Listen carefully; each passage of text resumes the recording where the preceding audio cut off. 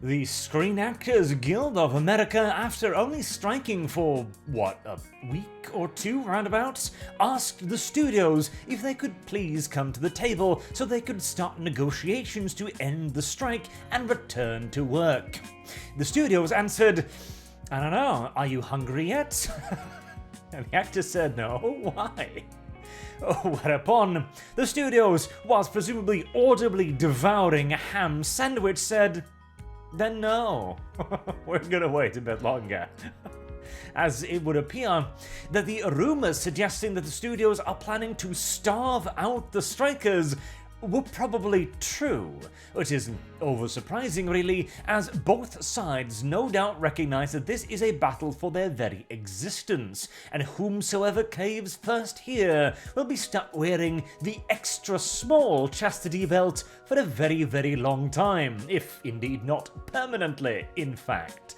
So yeah, both sides have got a lot to lose, and the studios are the first to double down.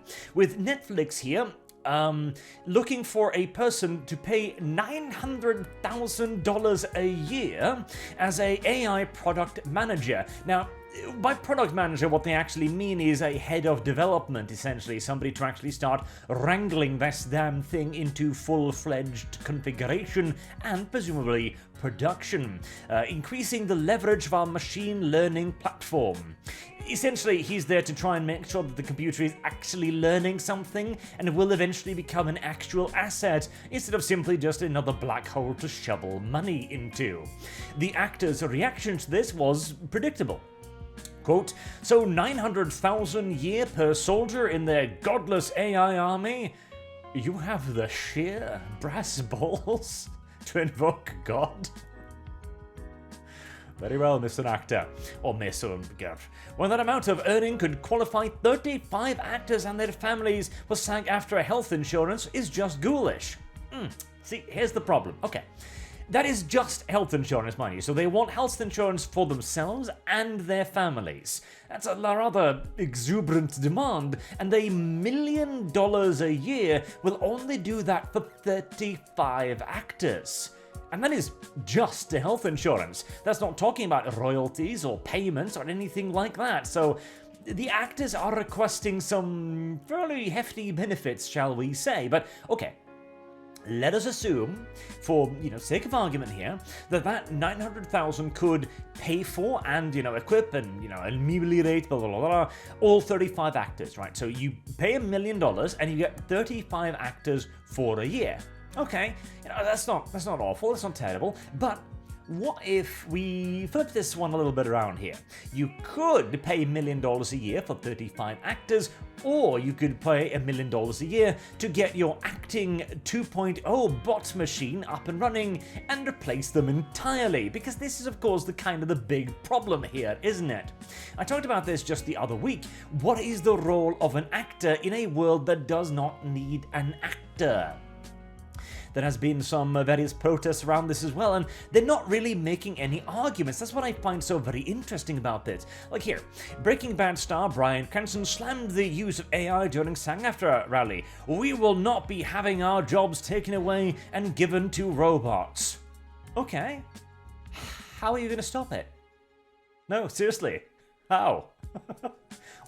What do you provide that a robot does not provide?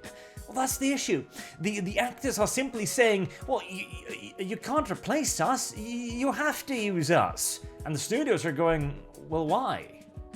There doesn't seem to be an answer to the well, why? That's the problem. They are selling something that at the end of the day is actually very easy to replace. Now, I can make an argument for why you wouldn't want to replace a burger flipper, for example. The burger flipper can adapt on the fly. Now, a simple robotic arm could easily flip a burger, no problems around it. I mean, I've set up robotic arms to do far more complicated things, but computers are assholes, and the robotic arm will do what you told it to 9 times out of 10, but suddenly one day it will look at the air fryer, it'll look at everything around it, all the sharp metallic objects, and go, wouldn't it be funny if they were all flying through the air? And then it will proceed to do just that. Not out of any malicious intent, mind you, obviously, derp, but Robots will suddenly, for seemingly no reason, do insane shit because of something in their programming. I use this example so many times, but it is one of the best ones. We were asked to replace the machinery on an old factory, for example, which were packaging fish. And 9 times out of 10, the machine would run perfectly fine. It was programmed with the exact pressure to, adapt to the smashing of the fish to make the packaging, but occasionally it would just go like, not today. Squish, squish, squish, squish, squish, and it would be fish everywhere. Why? I don't know. You need flexibility in many areas. In service departments, you need flexibility. In even burger flipping, you need flexibility to figure out what's happening next, or to deal with an unexpected influx of customers, etc., etc. But actors? Do you need flexibility in a job that is, hey, read this? That's the question, isn't it? And again, as I said, you can absolutely make the argument for good actors, exceptional actors, and they will still have a job. The best of the best will still rise to the top, but everyone else won't have a job when the robot can read the lines just as well as you, and then just slap a 3D image up on the screen. We've already seen this done in major productions, with actors that are now passed away being replaced by 3D CGI holograms of them. And the worst part is they look pretty damn good today, never mind what they're going to look like in 3 or 4 years. And so this becomes a long-term dispute question for the companies and the actors. Because the companies are looking at, you want $1 million for health insurance for 35 people. How many hundreds out of that? How many thousands? How many do we need to hire? I mean, even just a basic production, you've got a core cast of maybe 5 to 10 people. Then you've got all of the additional extras. Then you've got all of the stage hands and the writers, etc. It's no wonder why movies and stuff cost several $100 million today. Costs are expanding at a drastic rate, and the companies aren't earning any money. In fact, most of them are running at a dramatic deficit. And so when they are looking at the potential to, instead of paying $1 million for 35 actors, paying $1 million for literally an infinite number of AI actors, the math is pretty gosh darn simple. So unless the actors can actually come up with a valid reason for why they have to be the ones reading the lines, well, you are easier to replace than the boy at McDonald's. Straight up. You are easier to replace than the guy working at the back of Amazon picking things out of a bin and mailing it.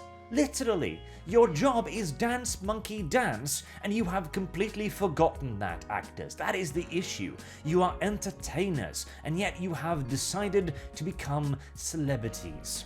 You have raised yourselves above the people that you were supposed to entertain and placed yourself on a silver pedestal where you thoroughly, actually, genuinely do believe that you cannot be replaced. Hell, even the Breaking Bad actor guy, right? His original role was from Malcolm in the Middle, where he pretended to be just an enormous cuck, essentially. His entire role was to be berated by his children and his wife and occasionally cringe at the camera. Again, could a hologram do that? Probably. That is the issue. The actors have no actual argument for why they should be the one to do this. And honestly, I don't think they have a practical argument at all. Now, they could try to make a moral argument, and you know what? If they were at least trying to do that, that could be entertaining. Okay. Why are you going to hire an actor? Well, because I'm a real person. I can emote, I can act, I will bring something to you. I will be additive to the studio. I will bring my experience, my warmth, my humanity. Not to mention, do you really want to live in a soulless AI world, etc.? That should be their selling point right now. Instead, the selling point is, well, you can't do without us. At which point the studio turns around to their tech department and goes, is that true? And they go, nah. Humility is what the actors are going to need if they're going to stand any chance to, well, straight up, work in the future. Because if Netflix is willing to drop $1 million on a single dude's salary, you know they can see the potential in this. And again, the potential is literally infinite. Once you get this up and running, there's no limit to the number of characters you can generate. There's no limit to the number of projects you can do. You know, you have a facial scan of Jean-Luc Picard, okay, put him in 17 Star Trek shows, which again is something an actor can't do. As really, the question at that point doesn't even become, can AI replace actors? Probably. But the question becomes, how much better can an AI actor be than a real one? How much more flexible? How much more affordable? How much more easier to work with, etc.? I think the actors are going to be in for a very, very rude awakening here, as the studios, well, again, $1 million on a single guy's salary, it seems like they've got a pretty damn sturdy war chest. Let's see if the actors can match it, and hey, I hope they do, because the end goal here, the dream scenario, is that studios and actors alike simply disappear from this good green earth of ours. We can but hope. Until next time, I've been Arch. Thank you all very much for watching, and I do hope to see you all again soon. Till then, have a good day.